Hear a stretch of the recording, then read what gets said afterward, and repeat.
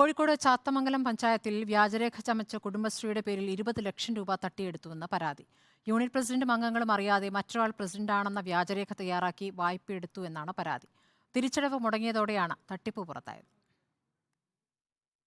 12ാം വാർഡിലെ കുടുംബശ്രീ യൂണിറ്റിലാണ് വായ്പാ തട്ടിപ്പെന്ന ആരോപണം ഉയർന്നത്.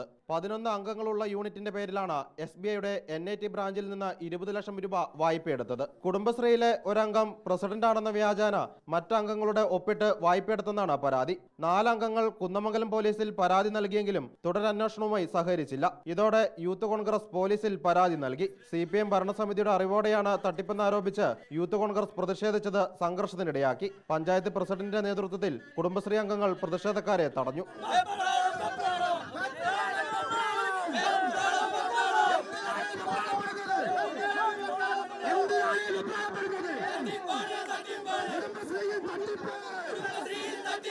തട്ടിപ്പിൽ പങ്കില്ലെന്നും പരാതി പോലീസ് അന്വേഷിക്കട്ടെ എന്നും പഞ്ചായത്ത് പ്രസിഡന്റ്.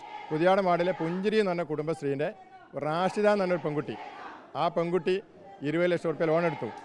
ഈ ലോൺ എടുത്തത് ആ കുടുംബശ്രീയിലുള്ള കുറേ അംഗങ്ങളെ അറിയില്ല എന്നാണ് പറയുന്നത്. ആര് തെറ്റ് ചെയ്താലും ശക്തമായിട്ടുള്ള നടപടി സ്വീകരിക്കണം എന്നാണ് ഞങ്ങൾ പറയാനുള്ളത്. 2 മാസത്തിനുള്ളിൽ തുക തിരിച്ചടച്ച് വിവാദത്തിൽ നിന്ന് തലയൂരാനുള്ള നീക്കങ്ങൾ നടക്കുന്നതായും ആക്ഷേപമുണ്ട്. കുടുംബശ്രീ യൂണിറ്റിൽ അംഗങ്ങൾ പരസ്യ പ്രതികരണത്തിനും തയ്യാറായിട്ടില്ല. റിപ്പോർട്ടർ, കോഴിക്കോട്.